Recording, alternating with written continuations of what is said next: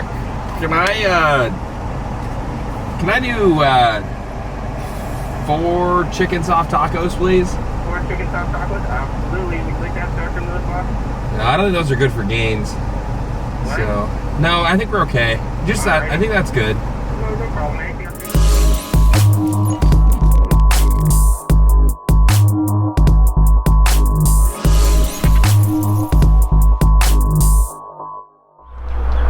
Welcome back to the channel, everybody. So today we're going to be doing a little bit of work on the Galant. And for those of you that are new to the channel or don't know much about it, we did a 5-speed swap out of a 3G Eclipse on it. We recently installed some coilovers, and today we'll be actually installing some sway bar end links. The reason why we're doing the sway bar end links is because when we removed them out of the old setup, they actually did not move and they were broken. So we will be installing a new set, so that way we are no longer making a bunch of clanking noise. So we will be taking you guys for a ride. If we get a chance, we may actually be rolling the fenders too. I don't know if we'll include that or if we'll get to it because it is kind of getting late, but we wanted to give you guys an update on the car. It is running and driving perfectly fine. Caesars. Little Caesars. Compass, I'll Venmo you, brother.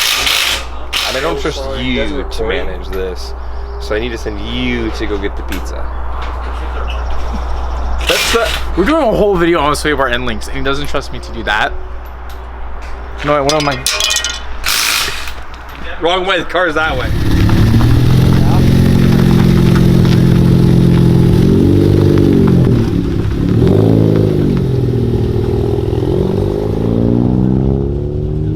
So, pro tip, you're using gloves, which what you should do, you blow them up like a little balloon. So that way your fingers can go back in.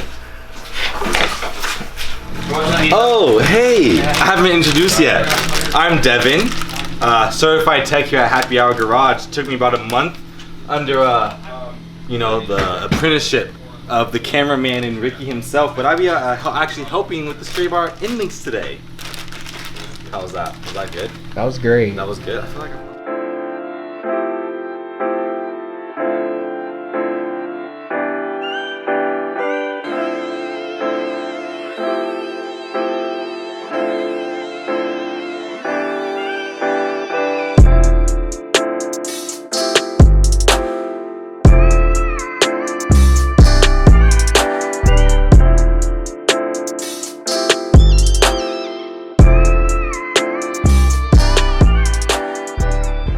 So we just got the sway bar end link installed. It's pretty straightforward.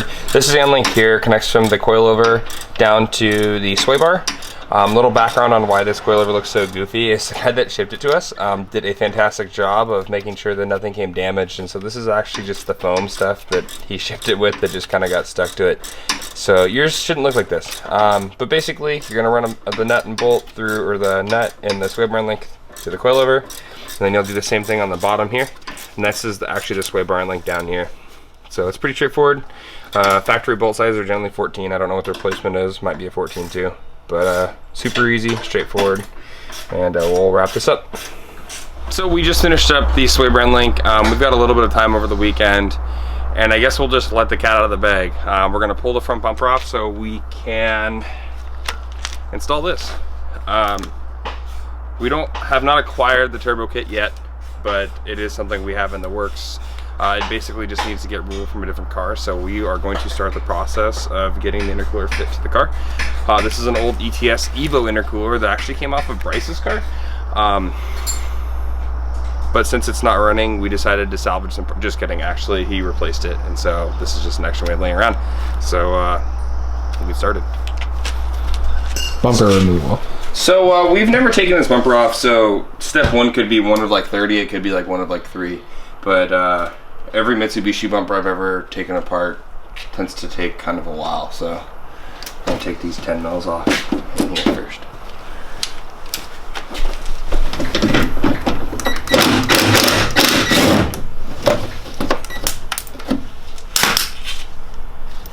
Yeah, bumper pull. Alright guys, so in order to get the front bumper off, you do need to take the grill out.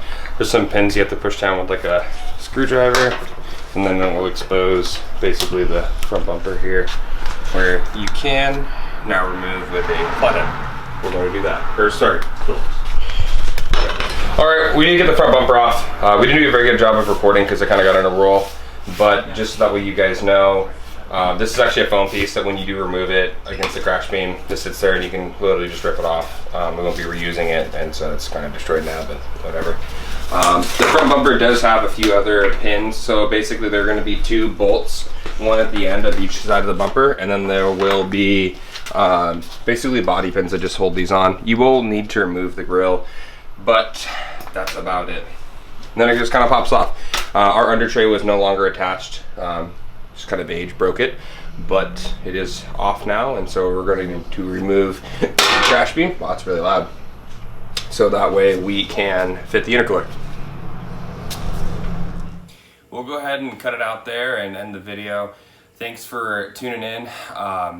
We know that sway bar links and starting to fit the intercooler isn't a big deal, but we just want to get caught up in what's going on with the Galant. So now that you guys know, we do have intentions on turboing it. We're actually waiting on the turbo kit to get here. We haven't quite paid for it and got everything set, but it was just like an absolute crazy deal. It was basically free, and so we want to thank NS for that and keep you guys in the loop. But as of now, the Galant does need a little bit more work to get the intercooler to fit. We're gonna have some brackets fabbed up. We've got to trim a little bit more out of the bumper to get it to fit. But as soon as we finish that up, we'll cue you guys in. But so long and farewell for now. Thanks for watching another video of Happy Hour Garage, and we appreciate all y'all.